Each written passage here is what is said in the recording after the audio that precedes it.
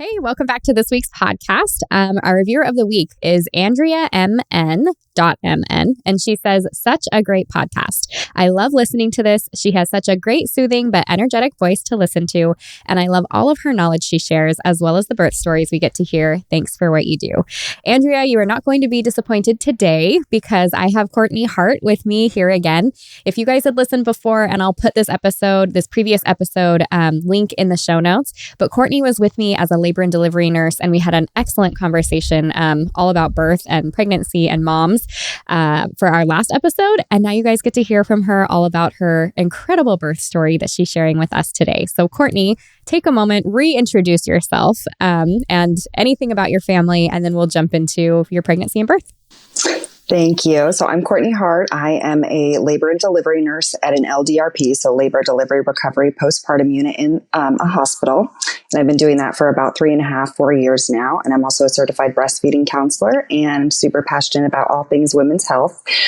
Super excited to come back and share my birth story because it was just so positive and amazing. And I can't say enough good things about it. And I feel like your podcast had a lot to do with making my experience so great. So happy to share that with your listeners. Yeah, I'm happy to have you here. Okay, yes, let's talk pregnancy. And I think, okay, so first of all, you work in the hospital that you gave birth at. Is that correct? Yes. Okay, so when it came to your pregnancy and picking providers, I want to hear a little bit about that. I think, so you had your first baby quite a while ago. Did you become a labor and delivery nurse after or before that baby? I became a labor and delivery nurse after. I had just graduated from college. The first time I got a bachelor's degree in psychology. And then about a week after I graduated, I found out that I was pregnant. And I fell in love with my labor and delivery nurses. And at that point, I wasn't really sure what I wanted to do, if I wanted to go back to school or exactly what I was going to do. But after that, I feel like it was decided for me. I was like, I want to be this for other women and to help them through this experience. And I just felt so passionate about it. So I went back to school to be a nurse specifically for labor and delivery. I don't have any interest in any other, God bless those other nurses that do med surge and stuff. But this is where I'm at for a reason. So, and I had my first baby. He just turned 9. So wow. There's about an 8-year gap. Yeah. Okay. So were there things this pregnancy that you did differently from your last pregnancy since you've got the new knowledge and kind of that hands-on experience from being a labor and delivery nurse? Yes, I tried purposefully to do everything so differently. I mean, I don't know if I would call it birth trauma because I feel like the process of the birth itself was okay. I wasn't in labor for a super long time. I had a vaginal birth, but I did end up with he was a very large baby for me. I mean, he was 9 pounds, 4 ounces. And I was induced. I was after my due date, but I didn't really want to be induced. They were just thinking it was going to be a big baby, and he ended up being way bigger than they thought that he was going to be. So, I ended up with like a really bad tear. So the recovery was really nasty for me. I feel like that part was traumatic, not necessarily the birth, but just the recovery. And I wasn't too healthy. I mean, I worked in a restaurant at the time, so I ate cheesecake every night. You know, my coworkers were giving me desserts, and, you know, I was younger. So I'm like, oh yeah, I'm eating for 2. I can eat whatever I want. So I gained a ton of weight. I gained about 60 pounds. I didn't exercise because at that point in my life, I was just thin. I didn't really need to exercise. And I just didn't feel great. Like all of the discomforts from pregnancy, I feel like were, more, I guess, compared to this time. So this time around, I was determined to like will myself to have a smaller baby, if I could. It turns out it's just genetics, and my baby was about the same size, but, I exercised just like I did before pregnancy. I made some modifications based on how I was feeling and, you know, the bigger that I got and stuff, but I continued my exercise program, and got 8,000 to 10,000 steps a day, every day on top of exercising. So that's easy to do at work when I'm working 12-hour shifts as a nurse, but I would always make sure that on, my off days, I was getting my nice long walks in, even in like the 100-degree summer South Florida heat, which was awful some days, but, and then just ate super healthy and tried to, you know, gain just the recommended amount of weight, which I did. And everything was just so much easier this time around. Pregnancy wasn't nearly as hard. The recovery wasn't nearly as hard. And I just felt better. I love that you say that because that's 9 years later. So 9 years older, as a woman, which your body changes a lot, especially after having a baby and then the amount of the lapse of time there. Yeah. So that's awesome to hear that making those healthy modifications, those really good modifications made a difference for you. I love that you're sharing that. Were there things with this pregnancy that kind of stood out to you? Did you have anything that was funky or weird, or do you have a lot of nausea? Anything that stands out for your pregnancy? With my first, I didn't have any nausea whatsoever. And I did a little bit this time around. I never got sick, but I had a lot of really weird food aversions and nausea in the beginning. And then right around like 28 weeks, I had like a displaced rib that caused me a lot of pain. But I feel like after then, I know. So I had to stop like using weights when I exercise at that point. And there was a lot, like a string of like a week and a half in a row where I was pretty much in pain unless I was in like a hands and knees position. And it made sleep difficult, but I feel like once he dropped a little bit, maybe that's when it resolved, because it just kind of resolved on its own. Yeah. And then I was GBS positive. So, but other than that, that was everything else was ship shape. Love it. Will you share a little bit, if you're comfortable, about being GBS positive and what you chose or didn't choose to do, and maybe the why behind it? Especially because I feel like you've got that medical, or like the, labor and delivery nurse. You've seen a couple of things here and there. And I'm always curious about how that decision's made. So I was super bummed. Number one, because I don't think I've ever taken antibiotics, but I feel like my immune system is super strong and always has been. My gut microbiome is amazing. I have like an iron gut. And I feel like that's one of the reasons why my immune system is so good. I never get sick. And I was super bummed about having to take the IV antibiotics. To me, it wasn't like, I've seen a baby sick with GBS. And so for me, that was the main, I mean, I know that it's rare, but for me, that was the main factor that played a part in my decision to get the antibiotics. And I knew, well, I hoped, I had a pretty good feeling that just based on how well I was taking care of myself this time, that I wasn't going to be like a super lengthy induction or whatever. And that we could time it right so that I could just get the 2 doses and not have to be overloaded with antibiotics. So I did get the antibiotics. Another reason I was bummed was because usually, if you're GBS positive, even if you get the recommended 2 doses of antibiotics, the pediatricians want to keep your baby for 48 hours. At least that's how it is at my hospital, how the pediatricians practice. But I have a good rapport with the pediatrician. So I convinced them to let me go home after one day. I'm like, I know all the signs. I'll, go back to the hospital if something goes wrong. So that wasn't an issue, but that was something that I was worried about. Yeah, that's awesome. Okay, tell me a little bit about your providers. So I like to hear that too, because I feel similarly as like I get to be a doula in different hospital settings and birth spaces. And so I'm like, ooh, I like this provider. Ooh, I like that. How did it go for you picking your provider? And if you chose somebody that was at your hospital that that you have rapport with, was it awkward for you at all?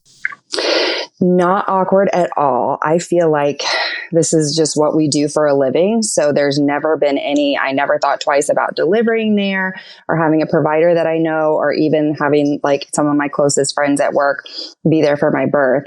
I actually approached my provider when we were thinking about trying to get pregnant again. And I had an IUD at the time. So I'd asked her, like, I had transferred over into her care, and I'd asked her, like, I'm wanting to get my IUD taken out. We're trying to get pregnant. Would you feel comfortable? Like, would it be okay if you manage my labor and delivery and pregnancy? And I knew I'd have to see the other providers, for some appointments, because that's how they do it at their practice. They rotate through the providers, and I know them all and I love them all.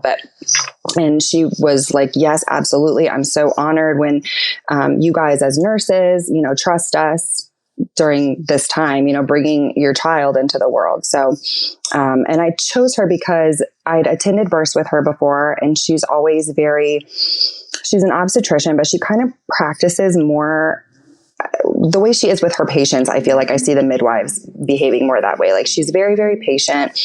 If she has a opinion on a course of action, she'll present benefits, risks, alternatives, and then she doesn't rush the patient. She kind of is just very respectful about what they want. And just the environment is calm and soothing. And she kind of just like trusts the the birthing person and the birthing process. And I've seen a lot of deliveries with her where she lets the dads deliver the babies. And usually that's more of like a midwife thing to do, but I love it. That's pretty cool. Yeah. That's neat. All right. How about your preparation? What were the things that you did every day or you like really took on as like your own thing? You talked about nutrition. You talked about some exercise that you did. Were there things within like from the podcast or just anything that you're like, this is part of my routine and practice? And then kind of along that line, like same question with your birth partner, like how did you get him involved? So I think he wanted to be involved from the very beginning because I feel like we both the last time, like I said, we were so young, we didn't know what we were doing. We took, a community birth course, but other than that, we didn't do a whole lot preparing for the actual labor itself. So he was on board with whatever I wanted. Around 23 weeks, we did the Spinning Babies course, which is all about like different movements and exercises prenatally and during labor and delivery to help the baby move through the pelvis for an easier birth process. So we did that and we started doing their daily exercises every single day. And he was very encouraging. Like when I would get home from a 12-hour shift, I'm like, I really don't want to do these exercises. He would, encourage me like, this is part of the process. We need to prepare, it's going to help us in the end kind of thing. So we did that. And then I think I found your podcast right around the same time. And I listened to almost every single episode. I think you had an episode specifically for partners. So I had him listen to that. And I think there was a dad on that one, maybe that wrote a book. And I think he read the book. We got the book from the library. Oh, nice. And then I read another book called Mindful Pregnancy. I forget who wrote it. Maybe Deepak Chopra. I'm not sure.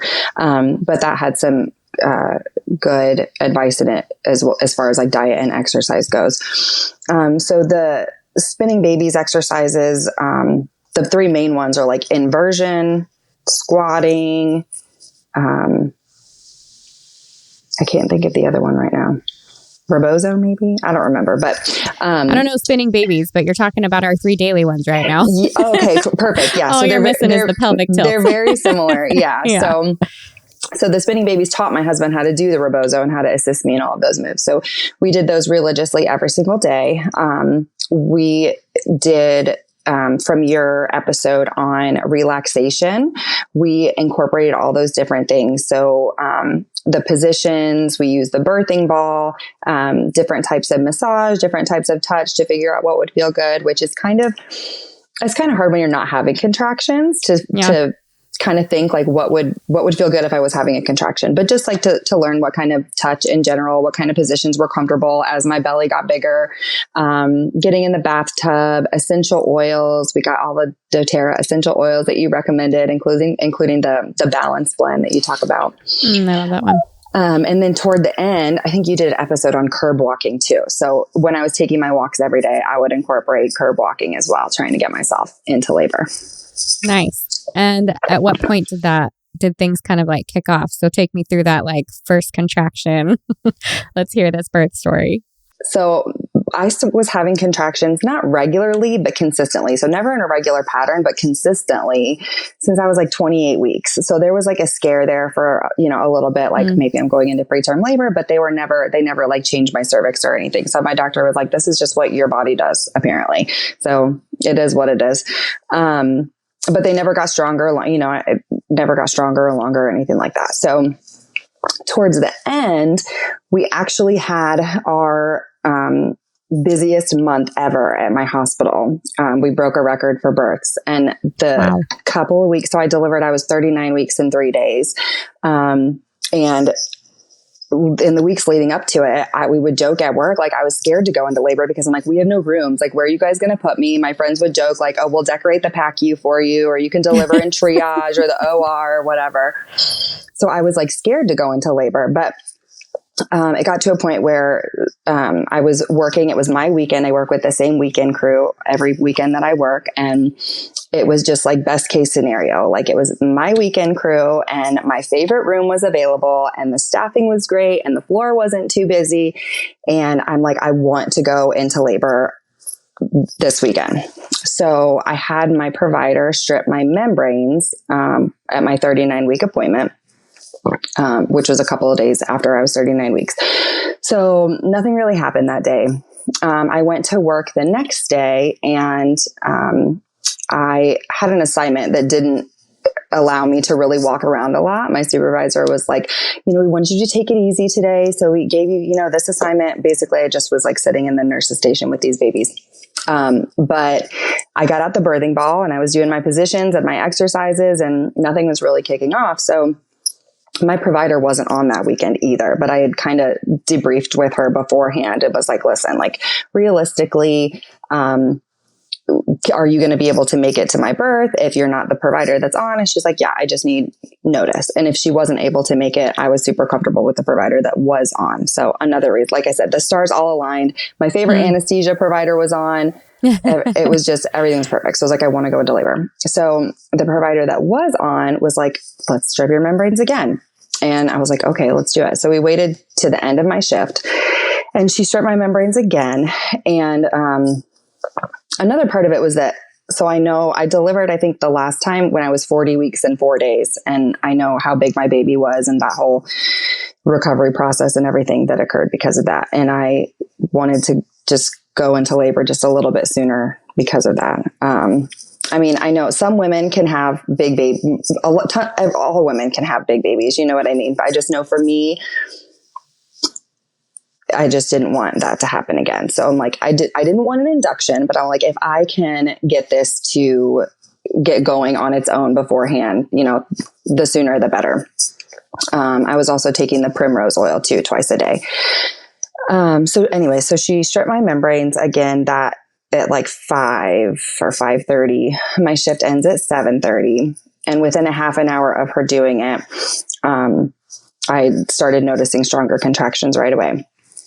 She also ultrasounded me right before, because I just had a feeling that he was posterior, just because of the contractions that I was already like 3 to 4 centimeters dilated, but I had been that for like 2 weeks, and the contractions weren't getting in a regular pattern, and they weren't getting stronger. So that can kind of cue you into maybe the baby's in a posterior position. And then every once in a while, like I would just be walking along, and then it just felt like I was getting punched in the butt. So like some type of weird, like he turned his head against my spine or something. So, and sure enough, he was direct, like she put the ultrasound thing on my belly, and she's like, oh, there's his face. He's looking right at me. So I was so discouraged, because I was just like, all of the spitting babies things that I've been doing for the past 20 weeks. And I have a posterior baby. Like, are you kidding me? I was ready to swear off spinning babies and be like, this doesn't work. But like my friends at work were reassuring me. They're like, no, once, it's time, he'll rotate and get in the right position and everything will be fine. So I knew a difference right away within a half an hour of her stripping my membranes, that something was, I had a lot of the back labor, but they were painful, to the point where I was like breathing through them at work. My shift was almost over. So my, charge nurse was like, do you want to be admitted? Do you want to stay here and like walk around the hallways for a little bit? And I was like, no, I'm going to go home. I'm going to get in the bathtub. And she was like, are you sure you don't want to go get in the bathtub in the room down the hall? And I'm like, no, I'm going to go home. I'm going to get in the bathtub, do my exercises, try to get him to rotate. And then also my work bestie who had agreed to labor me, I was like, well, shoot, I didn't really plan that very well, because if we just got off of a shift, I'm not going to call her in the middle of the night, because she's got to be back to work tomorrow too. So I went home and I got in the tub. My in-laws came and they picked up our older son. And so my husband, we sat in the tub and he was rubbing my back, and we played our playlist that we had put together for a little bit. And then we did the miles circuit, and that was challenging, but I swear by it. I swear it works. I just did it with a patient like a week ago, because that's awesome. I just swear it works. And I think I heard about that on your probably podcast and too. I swear it works too. Yes. Yeah. So the mile circuit, for anybody who hasn't heard of it or doesn't remember, is 3 different positions. So one is kind of like you're in kind of like a child's pose, like between child's pose and hands and knees, kind of like an inversion on your knees for a half an hour. And then laying on one side with your leg propped up on several pillows up as high as you can get it for a half an hour, and then lunging on one side for a half an hour. And then I guess you can repeat it if you want to, but it's not really necessary. So we did that just on the one side. And I, was eating snacks. I was eating fig bars and cheese and crackers. And after that, we took a walk, and, my husband was timing contractions throughout the whole thing and being super supportive and getting me snacks and rubbing my back. And he's rebozoing me in the inverted position too. And, we took a walk after that. I didn't get very far because I feel like every single contraction I had to pee so bad. Like it was just pressing on my bladder. So I ended up just walking kind of back and forth in front of my house. And we did some curb walking as well. And then at that point I was getting a little discouraged. I was like, well, what if this is just like prodromal labor? What if, cause they were still more intense than they had been, but they weren't getting like longer, stronger, closer together kind of thing. And I realized that if I stopped whatever I was doing, they would space out, not a ton, but like they would go from every 2 to 3 minutes to every like 4 to 5 minutes maybe. So my friend from work was texting me and she was like, if you can rest, like if they space out a little bit, try to get some rest. And I was like, no, I have to go into labor. I want to do this tonight. Otherwise I'm just gonna be miserable. She's like, no, try to get some rest. So we did. And I slept for kind of slept. I feel like, I would doze in between contractions and stuff. But I was able to get like at least most of the way asleep. So I slept for like 3.5 hours until, I woke up and my contractions were waking me up. I was kind of like moaning through them now. I couldn't stay quiet. I couldn't get comfortable, and I couldn't sleep in between contractions really either. So I just felt like, okay, these are a lot stronger now and they're not spacing out. They're consistently every 2 to 3 minutes. And this is kind of weird, but I can check my own cervix. So I checked my cervix just to see, because I'm like, if I didn't make any change, then I want to stay here for a little bit longer. So I had made a little bit of change, but I just could feel like a bulging amniotic bag. So I was like, okay, we got to go. Like now we're going to go. So I texted my girlfriend. It was like 4:30 in the morning at this point. So I called her and I was like, hey, I'm going in. She's like, okay, I'll meet you there. And my husband at that point was like, okay, I'm going to hop in the shower really quick. I'm like, we've been doing this for like 9 hours. You haven't showered this entire time, but he takes really quick showers. So he got in the shower, he got everything in the car. We were listening to our playlist in the car. The contractions were still, intensifying. I was, breathing really hard through them at this point. I'd called the charge nurse that was on, let her know that I was on my way. And when I got there, I went straight into a room. They did my whole admission process. We got that first dose of antibiotics in. I was on intermittent monitoring, which I loved because I could do all of the different positions and not have to worry about them being able to trace the baby.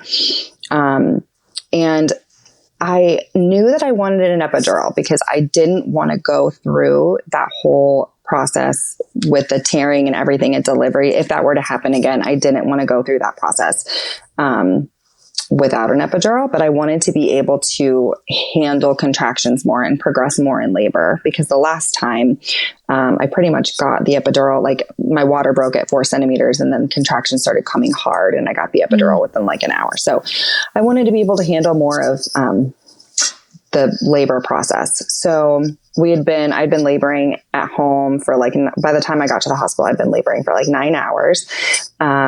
And I tried the nitrous oxide, which I'd always wanted to try because it was never available to me with my first one. And I, recommend it to patients, but I've never tried it. So I was always really curious about it. So I spent a lot of time in hands and knees using the nitrous. I got in the bathtub for a little bit at the hospital as well. My doctor, so I had texted her the night before when I had gotten home from work and told her, I think that things are progressing. Like these contractions feel different. I'm laboring at home now. I'm okay, but I'll let you know if I decide to go in. She had gone to her property on the island, so you can only get there by boat. And she was like, I just need, a certain amount of time, like heads up before, for me to make it there. So I told her when I was going to bed, and then when I woke up at 4:30, she wasn't texting me back. I tried not to stress myself out about it because I loved the provider that was on as well. So I was like, if she makes it, she makes it. If she doesn't, she doesn't. But finally, once I got a hold of her, she was like, I'm so sorry. Like I couldn't get to sleep last night because I kept thinking that you were going to text me and that I was going to have to rush there. So by the time that I did fall asleep at like 3 a.m., I was completely zonked. So she did end up making it. But, so anyways, around 6:20 in the morning. So this is one of those things where like, the more you know, I feel like the more that I knew as a labor and delivery nurse and just like the unit kind of, I felt like I could have postponed getting the epidural a little bit longer, but my favorite anesthesia doctor who does amazing epidurals was off the clock at 7 a.m. and a not so favorite anesthesia doctor was on the clock at 7 a.m. So my labor nurse was like, listen, how are you feeling? Do you want to do it before he goes off the clock? And I'm like, yes, which at that point I was in a lot of pain and I felt like myself was kind of starting to like lose control a little bit. But I got the epidural and it didn't take at first. It was like I was feeling everything on one side only. And that caused a lot of anxiety because I'm like, I see this happen and it can take forever for women to get comfortable when that happens, or sometimes they have to replace the whole catheter and put it back in. But he stayed after his shift to make sure that I was comfortable and everything. And it ended up being probably too good of an epidural, but, so I got the epidural. I was able to take like a 2-hour nap. And all this time I just thought like, my doctor's not coming in. We can't get a hold of her. It is what it is. But then I woke up from my nap and my nurse was like, she just texted me and she sent us this picture of her in this little silver dinghy, like driving across the ocean in a boat. It was like, I'm coming for you. I love it. Yeah. So she did make it. So that was great. And when she got there, she was like, how are you feeling? Do you want to keep napping? Do you want me to break your water? Are you ready to meet your baby? And I was like, yeah, I mean, you can go ahead and break my water. She's like, we'll break your water. We'll let you get another nap and then we'll see how it goes. So she checked me and I was 9 at that point, where I think when I got the epidural, I was 6 to 7. So she checked me and I was 9 centimeters. She broke my water and like right when she broke my water, she's like, he's like coming down. And then she said something funny and I laughed and she was like, you're like laughing your baby out. Like, she's like, you can take a nap if you want, but like we can have a baby right now. Like, are you ready to meet your baby? And I was like, yeah, sure. Like I just got a nap. I feel great. I can't move my legs at all, but like help me. They had to like help undress me because the epidural was so dense, but I was super comfortable. And I pushed like one time. My girlfriend videoed it and I had a mirror and 2 of my close work friends were in there and my doctor, and she let my husband deliver the baby and everything was just wonderful. I mean, he came out, we did skin to skin. He was perfect and crying and he latched at the breasts right away. And it was just wonderful. And that's everything really after that. Yeah. I had a 24-hour stay in the hospital and everything was routine and normal and everything was just perfect. I was like on cloud 9. So did you have any tearing or anything similar to what you experienced with the last birth? I did. And I think it was because not anything near what that was. I think the first time I had it, my doctor at the time called it a 3.5 degree tear. So almost like the worst tear that you can have. Yeah. And that was horrible. It was so painful. And I was having to use pad sickles and take oxycodone for like 2 weeks. It was horrible. But this time I had a 2nd degree tear. I think it was because he came down so fast and there wasn't a lot of time to like let, everything stretch out and everything like that. Like I said, I pushed one time. I pushed on my side. That was another thing my doctor, like once we decided like, yeah, let's have the baby, she was like, okay, what position do you want to push in? She didn't automatically turn me over to my back. So I pushed on my side. I had a 2nd degree this time, but it was totally manageable. And, ibuprofen and witch hazel did the job. And so a much better experience there as well. That's awesome.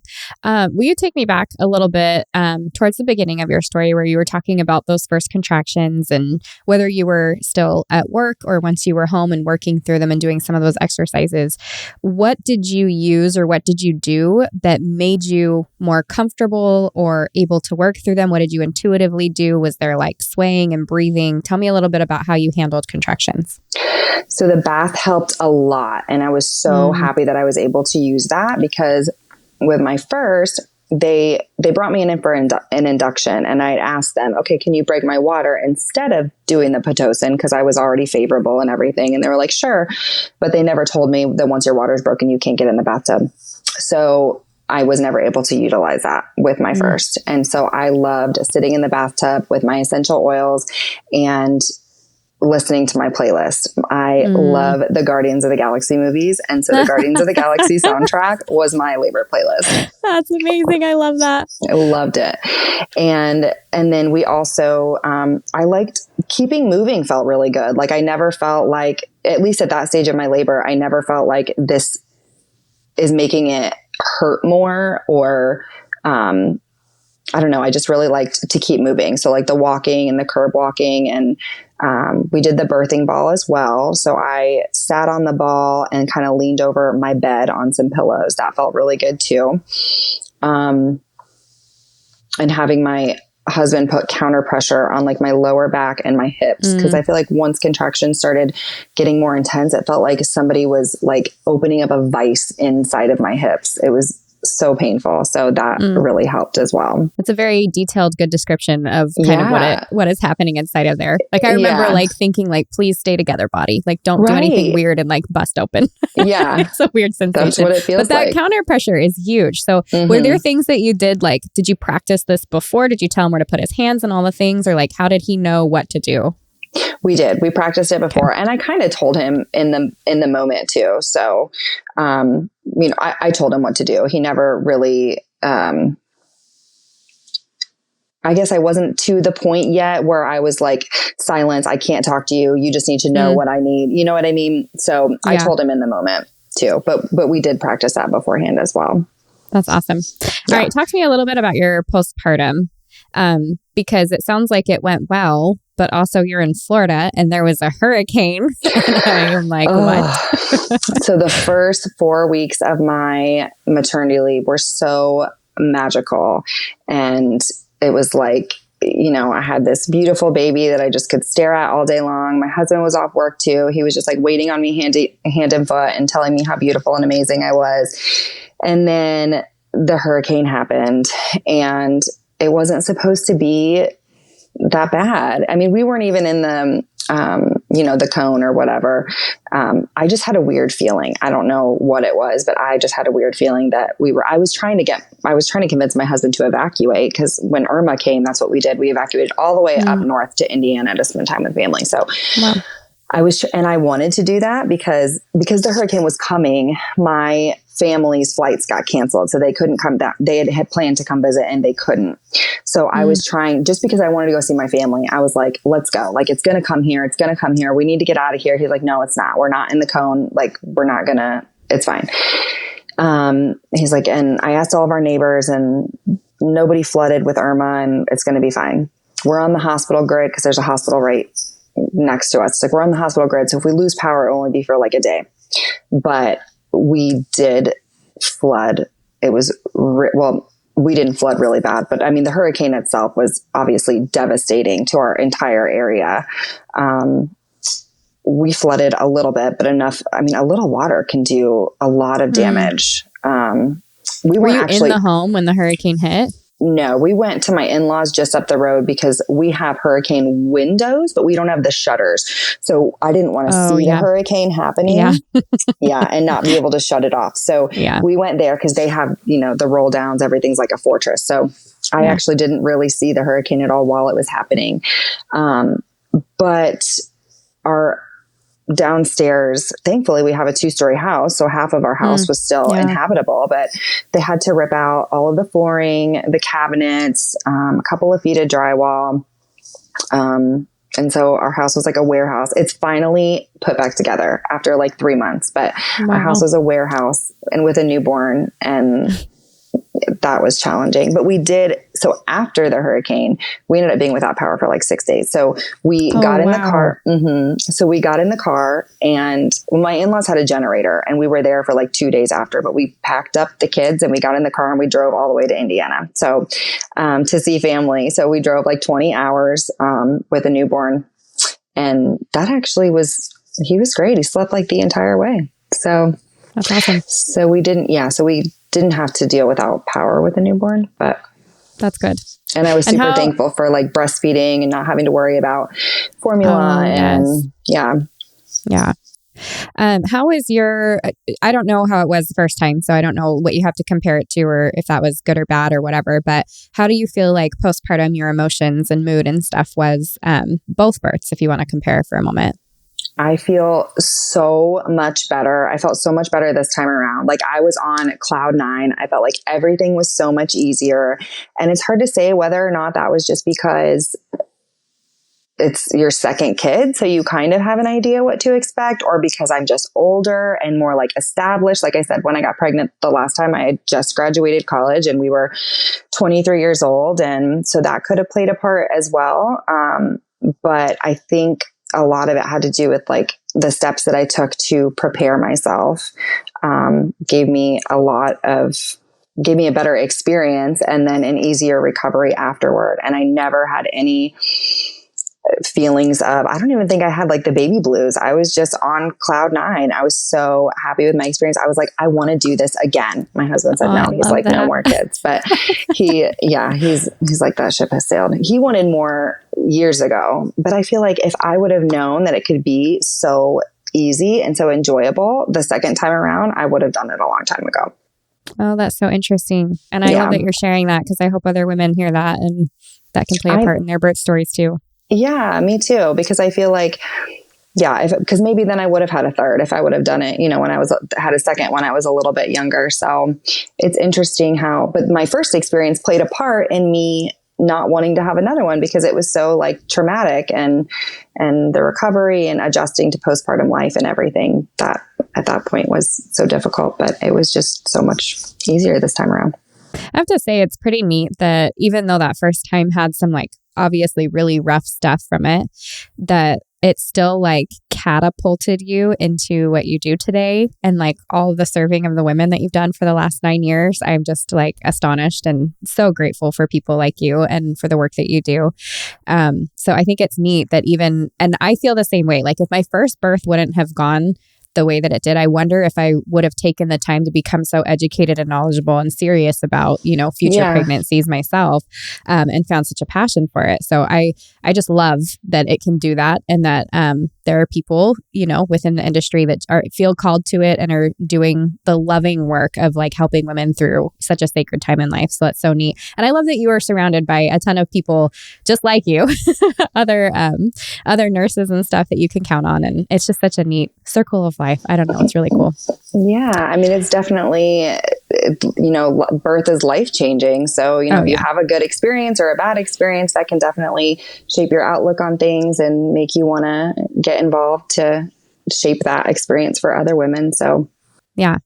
Okay. I love to end these birth story episodes with your best advice for moms and best advice for dads. So, best advice for moms, take your childbirth course and listen to your podcast and do all of the things. Make it a priority to prepare for your birth. I think I heard, I don't know if it was on your podcast or another podcast, but somebody made the comparison, how not a lot of women prepare for their birth, but they prepare for an entire year for their wedding. They plan this, elaborate wedding. They put all of their time and energy into it, but not so much for their birth. I think that birth is just something that happens, but treat your birth like it is, like you're preparing for your wedding. Take that entire 9 months to really prepare your body and your mind as well. And then for dads, I would say kind of do the same thing. I mean, I felt so supported from my husband, just from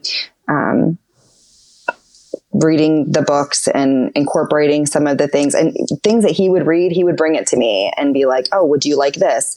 Like, oh, that's awesome. Yeah, he actually, it was so sweet for our, we went away for our anniversary in July, and for our anniversary gift, he asked me to pick a doula. And I was like, that is so sweet of you. That's so cool. And I think I would have taken him up on it. He had called 2 different doulas in our area and like interviewed them and then wanted me to pick. Yes. That's amazing. And I think I would have taken him up on it, but I'm like, I feel like with what I do, I love doulas, love working with doulas, but I'm like, with what I do, I feel like because doulas are expensive and we had to build like an entire nursery from scratch. So I'm like, I feel like the, thousands of dollars or whatever could be better put to something else just because of the background that I have. Sure. And my nurse friend that labored me is a doula too. So totally. Yeah. Yeah.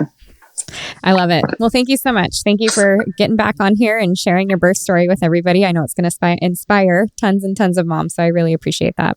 Yeah. Thank you so much. I feel like I owe it all to you, the experience that I had. Well, and your work and all the things that you do, it's pretty incredible.